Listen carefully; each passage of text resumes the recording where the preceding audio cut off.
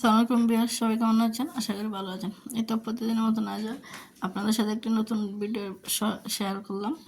তো আশা করি সবাই শেষ পর্যন্ত দেখবেন। আমার ভিডিওটা তেমন লম্বা করে নাই, এখন আপনারা দেখতে কষ্ট হবে বলে তারপরে একটু কষ্টটা দেখে নেবেন। আর এই তো সকালে মাছ রাখা হয়েছিল, তো অনেকগুলো খাটাকুটি করে রাখলাম, তারপরে রান্না বসাইলাম। আর এখন এই তো গরুগুলো গুছিয়ে নিতেছি। আর প্রতিদিনই একই কাজ একই প্রতিদিনই করতে হয়।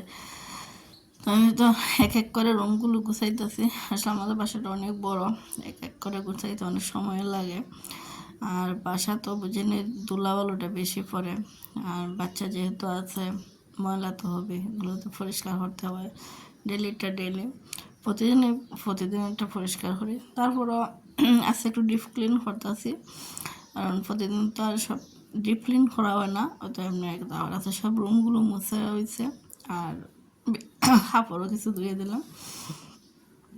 আর এক এক করে সব কিছু রুম পরিষ্কার করে নিতেছি। আপনারা আসলে দেখবেন কিনা, ভালো লাগবে কিনা তা জানি না, তারপর একটু কষ্ট দেখে নেবেন আমার ভিডিওটা।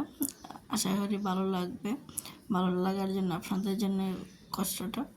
তো এই তো এক এক রুমটা গুছাতে একটু সময় লাগে, আর রুমগুলো একটু বেশি সময় লয়ে গেছি, তাই একটু শেয়ার করলাম। আসলে সব দিন তো পরিপাটি দেখায় শেয়ার করি, আছে একটু কাজ দেখায় শেয়ার করলাম। আর এই তো রুম গুছাইলাম, এখন চলে যাব অন্য রুমে।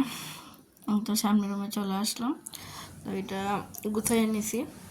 এখন শুধু ঝাড়ু দিলাম, সিঁড়িগুলো ক্লিন করলাম। আর সিঁড়ি পরিষ্কার করে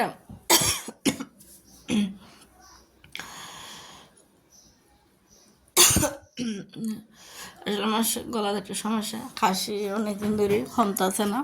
আজকে ওষুধ আনা হয়েছে অ্যান্টিবায়োটিক, এখন দেখি আল্লাহ কী করেন। তো এটা আসলে ঈদের দিনের একটা ক্লিপ।